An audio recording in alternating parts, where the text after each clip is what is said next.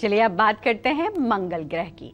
कुंडली में बैठे अस्त मंगल कैसे आपकी जिंदगी में सब अमंगल कर सकता है, आइए जानते हैं।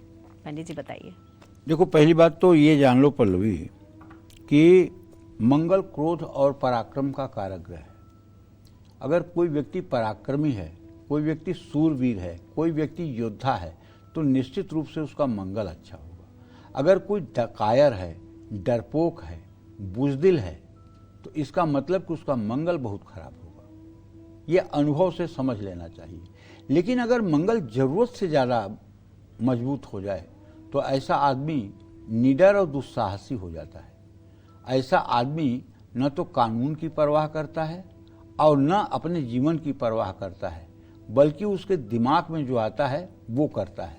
इसका लक्षण ये है कि देखो, अगर मंगल बहुत ज़्यादा खराब होगा, मतलब बहुत ज़्यादा पावर में होगा, तो इसका लक्षण ये देखना चाहिए कि हाथ, ये देख रही हो, अंगूठा देख रही हो, अंगूठे में 3 पोरुए होते हैं। एक ये नीचे का पोरुआ, एक बीच का, एक ऊपर का। ये जो नीचे का पोरुआ है इसको आप छोड़ दीजिए, ये काम शक्ति है, मनुष्य के शरीर की ये काम शक्ति है। बीच की जो है ये इच्छा शक्ति है और ऊपर की जो है ये तर्क शक्ति है। अगर बीच वाला भाग ज़्यादा हो और ऊपर वाला भाग कम हो तो ऐसा व्यक्ति अपराधी और हिंसक प्रवृत्ति का हो जाता है। जिसके भी अंगूठे का ऊपरी हिस्सा छोटा हो, गोलाकार हो, वर्तुल आकार का हो और पीछे की तरफ जरा सा भी न मुड़ता हो, अगर लंबा है पीछे न मुड़ता हो तो कठोर हृदय और मस्तिष्क प्रधान होगा। लेकिन अगर छोटा हो, गोला हो तो वो अपराधी होगा, हिंसक प्रवृत्ति का होगा, हिंसा उसकी प्रवृत्ति होगी। और मंगल का कनेक्शन इससे होता है, ये शरीर में सिग्नल के रूप में दिखाई देता है।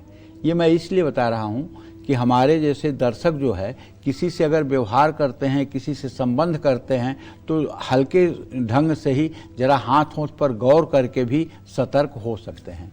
तो किसी व्यक्ति की कुंडली में मंगल के अस्त होने पर उसकी अंतर्दशा में व्यक्ति क्रोधी, नसों में दर्द, रक्त का दूषित हो जाना, शुगर और ब्लड प्रेशर इसी मंगल के कारण होता है। अस्त मंगल पर अगर राहु या केतु का प्रभाव हो तो दुर्घटना होती है, मुकदमा या किसी लंबी बीमारी का व्यक्ति शिकार हो जाता है। मंगल अगर 6वें भाव के पाप प्रभाव में हो तो व्यक्ति अस्वस्थ, दूषित, ब्लड कैंसर या विवाद में चोटग्रस्त हो जाता है। इसी प्रकार अगर मृत्यु भाव का स्वामी हो और पाप प्रभाव में हो तो व्यक्ति घोटाला करता है, भ्रष्टाचार में लिप्त रहता है। अगर 12वें घर का स्वामी हो और पापक ग्रह के प्रभाव में है तो ऐसा व्यक्ति किसी नशीले पदार्थ का सेवन करने लगता है। द्वितीय भाव में पापक ग्रहों की दृष्टि हो तो ऐसा व्यक्ति कम उम्र में ही धुएं वाली नशीली वस्तुओं का सेवन करने लगता है और उस एडिक्शन में वो अपनी ज़िंदगी खराब करता है। जय माँ विंध्यवासिनी।